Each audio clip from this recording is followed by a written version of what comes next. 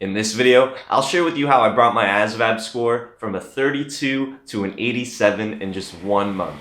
So stay tuned.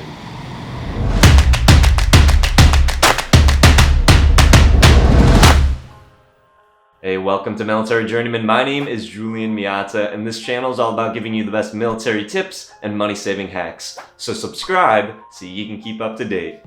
So when I decided to join the military, I went to the closest Army recruiting office that was next to my home, and the recruiter takes me to this little room in the back with a little laptop. It's like a closet, and I take this test, and it was really heavy on math, and I wasn't good at math. It had some English and stuff like that, reading comprehension, which I did okay on, I felt like, but I finished the test, and the score tells me that I got a 32.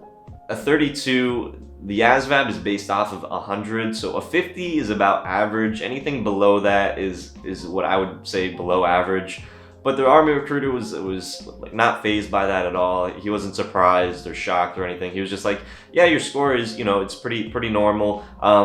You don't qualify for all the jobs, but what you can do is drive tanks. I wasn't interested in being a tank driver, and the jobs in the military just really kind of didn't interest me. I wasn't interested in being an infantryman or anything like that. So I decided to not join the Army and to take a little bit more time to find out what other types of military jobs are there. So what I ultimately decided on was that I wanted to be a rescue swimmer in the Coast Guard. A maritime enforcement specialist sounded kind of cool because it was new at the time, but I really wanted to be a rescue swimmer, and I watched The Guardian and I was like, that's pretty cool. So I needed to raise my ASVAB score a lot. So the minimum to get into the Coast Guard at the time when I joined was a 65. Right now, I know that they've lowered it, but they could potentially raise it back up again if the service is just getting really tight and they have too many people, because there's not that many people in the Coast Guard. There's only 40,000 active duty members in comparison to the other services that have over 300,000. So I call up the Coast Guard recruiter and I'm like, hey, I'd really like to join. And he basically says, okay, you have a month to prepare for your ASVAB. So this time I knew that I needed to focus really hard because I didn't study in high school. I wasn't that smart and I really struggled with math. So I knew that I needed to focus most of my attention on math. So the first thing that I did was I purchased the Kaplan ASVAB study guide and the Barron's flashcards. So those two things are what I use primarily for like my base of studying.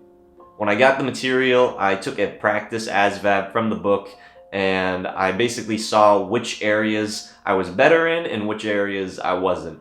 And like I said, I felt pretty comfortable with the vocab and the paragraph comprehension, so it was really just the math area that I really struggled with. But I wanted to do good on all the subjects because I wanted as many options were available for me. So I decided to focus on other areas as well, but primarily math. So what I did from that point on, I would study an hour a day from the book, what the ASVAB requires for your math. I didn't just go off and start learning multiplication and all these other things. I focused on what the study guide and the Kaplan book told me because I knew that that was what the ASVAB was actually going to be testing me on. So I'd spend 1 hour a day on studying math, and then I'd spend an hour a day doing vocab and all the other subjects that I wasn't as good at. And I worked full-time when I was in high school, so I would take the flashcards with me and I would study when it was really slow and I didn't have to bust any tables or wait any tables, so I would just study in the back. So in total, I was studying about 3 hours a day. For the first 2 weeks I did this, and I would take a practice test every once in a while just to kind of gauge where I was. I purchased the book because it had the study material and it also had practice tests. You can purchase an additional practice test book if you want, if you don't feel like there's enough questions, because they don't give you too many in the book. I found the ASVAB practice tests from online, but you have to be careful with the ones that are online because they might not be super reliable. And I wanted to get the ones that were from the book because they're going to be working more with the ASVAB, and they're a little bit more reliable because they have that big name behind it like Kaplan. The second week, I really just focused on taking practice exams. I wanted to get comfortable with the types of questions that they were going to be asking me, and I even timed myself while I was taking the tests. So every day I would take around 2 to 3 practice exams just to kind of drill in. And if I was getting anything less than a 70, I would go back and I would study that area a little bit, or I would supplement in the flashcards. So I did this for the remainder of the 2 weeks, and the night before the test, I felt like I was pretty comfortable with the practice exams and with the material that they were gonna ask me.